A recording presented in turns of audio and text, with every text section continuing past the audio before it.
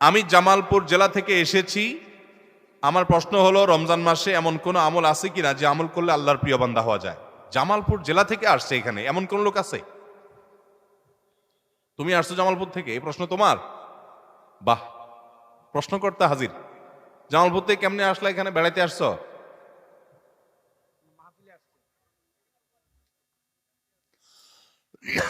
বগুড়া তোমার ভাই থাকে তো, জামালপুর থেকে বগুড়া আসছো, এখান থেকে আসছো, তাহলে মাহফিলের জন্য তার আসো নাই? ও মাহফিলেই আসছো ভাইয়ের বায়া হয়ে, মার্শাল্লাহ। যাই হোক, ঠিক আছে, বসো। তোমার সাথে আলাপ আমার উদ্দেশ্য না, মানে আমি অবাক হয়েছি যে জামালপুর কোথাও, অনেক দূর না, ময়মনসিংহ পার হয়ে। যাই হোক, জামালপুর থেকে আসছে ভাই, তোমার প্রশ্নটা চলে আসছে, নসিব ভালো, বহু প্রশ্নই তো আসছে সবাই। রমজান মাসে এমন কোন আমল আছে কিনা যা করলে আল্লাহর প্রিয় বান্দা হওয়া যাবে?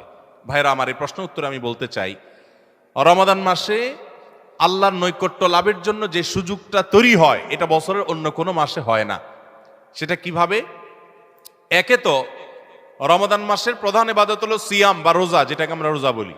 এই রোজা বা সিয়াম বা সাওম, এই ইবাদতটা আল্লাহর সঙ্গে বান্দার নৈকট্য লাভের সবচেয়ে বড় সোপান এবং সিঁড়িগুলার একটা। কারণ আল্লাহ তাআলা হাদিসে কুদসিতে বলেছেন, আস-সাওমু লি ওয়া আনা আজজি বিহি, রোজা এটা আমার জন্য বান্দা রাখে, আর এটা বিনিময়ে আমি নিজে দিব।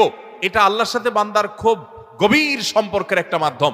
এই জন্য রোজা রেখে আপনি কোনো হারাম কাজ যদি না করেন, ঝগড়াঝাটি না করেন, মিথ্যা প্রতারণা না করেন, সকল গুনাহ থেকে বাঁচার চেষ্টা করেন, এটা আল্লাহর নৈকট্য লাভের সবচেয়ে বড় মাধ্যম হবে। দ্বিতীয় উপায় হলো, আমরা রমজান মাসে সাহরি খাওয়ার জন্য ভোর রাতে সবাই উঠি, ঠিক না বেঠিক? ভোর রাতের এই সময়টা আল্লাহ তাআলা দুনিয়ার আসমানে এসে বান্দাকে ডেকে ডেকে ক্ষমা করেন। 5 ওয়াক্ত নামাজের জন্য আজান দেয় মুয়াজ্জিনরা, আর তাহাজ্জুদের জন্য আল্লাহ তাআলা নিজে ডাকেন, কোনো মুয়াজ্জিনকে দিয়ে ডাকান না।